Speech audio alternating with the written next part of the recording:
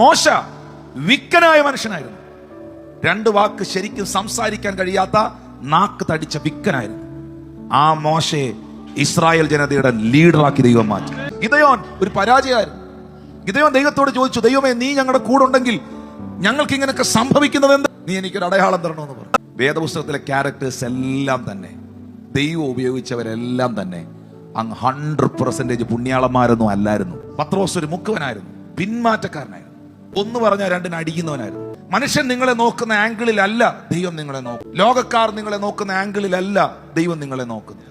നിങ്ങളുടെ അപ്പനോ അമ്മയോ നിങ്ങളുടെ അധ്യാപകനോ കുടുംബക്കാരോ നിങ്ങളെ നോക്കി പറഞ്ഞ വാക്കല്ല, നിങ്ങൾ നിങ്ങളെ കുറിച്ച് തന്നെ ധരിച്ചു വെച്ചിരിക്കുന്ന വാക്കല്ല ദൈവം നിങ്ങളെ കുറിച്ച് കണ്ടിരിക്കുന്നത്. നിങ്ങൾ കുശവന്റെ കയ്യിലിരിക്കുന്ന ഒരു കളിമണ്ണാണ്. കുശവന്റെ കയ്യിൽ ഒരു കളിമണ്ണ് ഇരുന്നാൽ ആ കുശവന്റെ ഹൃദയത്തിൽ ഒരു സ്വപ്നമുണ്ട്, ഒരു ഐഡിയ ഉണ്ട്, ഒരു ചിന്തയുണ്ട്. നീയാകുന്ന മണ്ണിനെ ഏത് രീതിയിൽ മോൾഡ് ചെയ്യണോ? പ്രവാചകനായി ഇരമ്യാ പറയുന്നു, അത് പാതി വഴിയിൽ വീണ് ചീത്തയായി പോയി.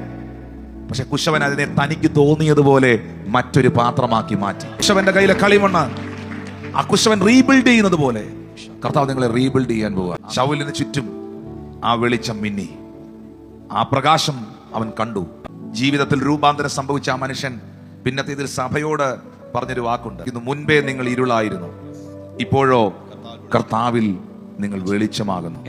എന്താ വെളിച്ചത്തിന്റെ പ്രത്യേകത? വെളിച്ചം ഉള്ളപ്പോൾ ഇരുട്ടിന് അവിടെ ഇൻഫ്ലുവൻസ് ഇല്ല. ഡാർക്ക്നെസ്, ഫെയിലിയർനെസ്, സിൻഫുൾ തിങ്സ് നിങ്ങളിൽ ഇൻഫ്ലുവൻസ് ചെയ്യാതിരിക്കണമെങ്കിൽ നിങ്ങൾ ആ വെളിച്ചത്തിൽ നിൽക്കണം.